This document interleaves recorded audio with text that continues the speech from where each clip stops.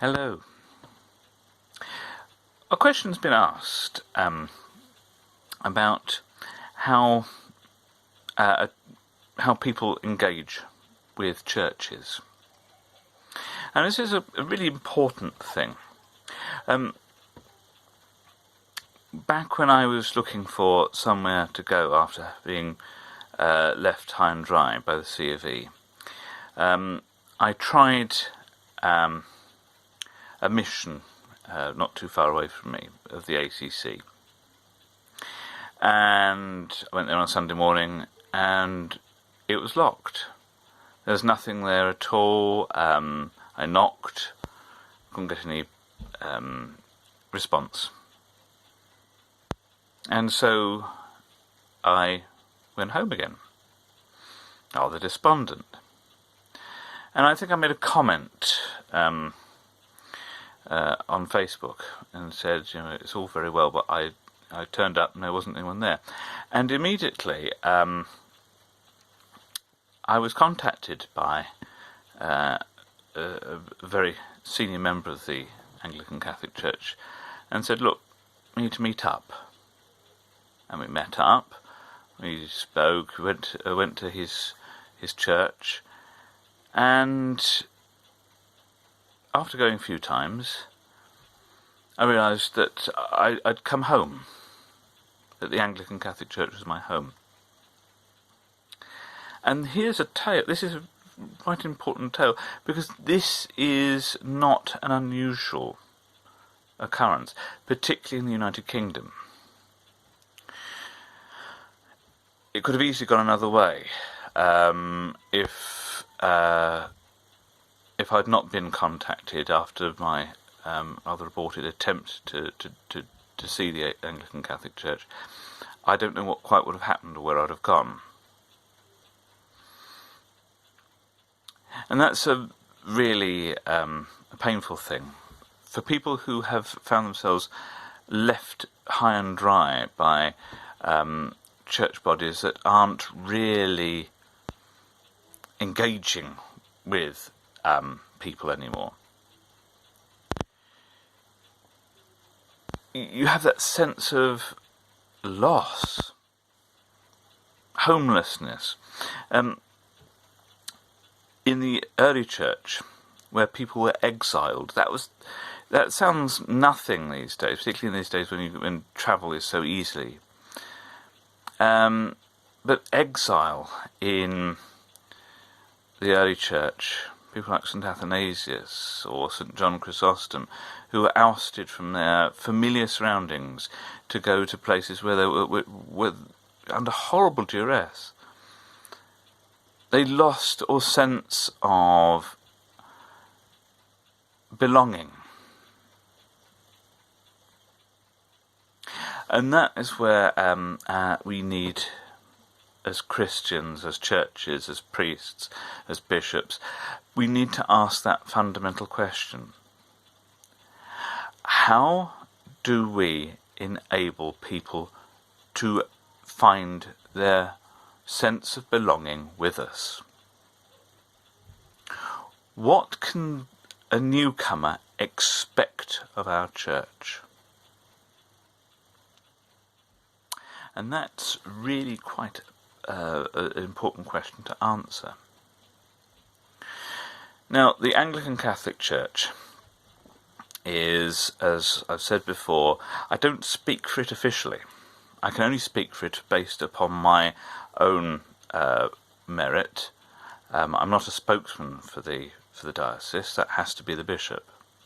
Nor am I a spokesman for the whole Anglican Catholic Church.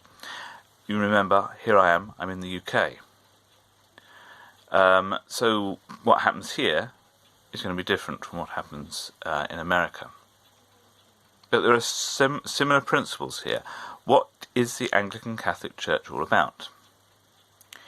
And although the Archbishop Mark Haviland, shies away from the term continuing Anglican, with good reason in my mind, there is a sense which continuing Anglican means something, because as Anglican Catholic Church we are continuing something which the mainstream churches have left behind, and that is that sense of identity with the past. And so when you come into a part of the Anglican Catholic Church, part of one of our parishes or one of our missions, you might not be met with huge and beautiful church-like buildings. You may well be met with an old shop. You may be met with a cemetery chapel. You might even be met with someone's upper room. So you're not going to find that sort of wonderful stone edifice that you associate with churches. But what you will find is the old liturgy. You'll see the Book of Common Prayer being used. You'll see the missals being used. You'll be reminded of the old Anglo-Catholic faith, if you want to think of it like that. But really, it's the same sort of faith that we go back so many years. And we've even got a few priests now who are saying the Sarum rite for pastoral reasons. And we hope one day that they will be permitted to expand that by the province.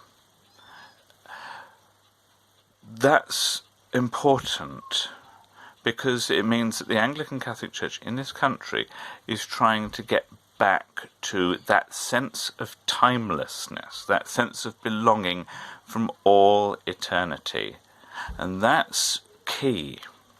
What you will get from the Anglican Catholic Church, no matter how sort of small or bargain basement it may appear, you will have priests and a bishop who are committed to preserving that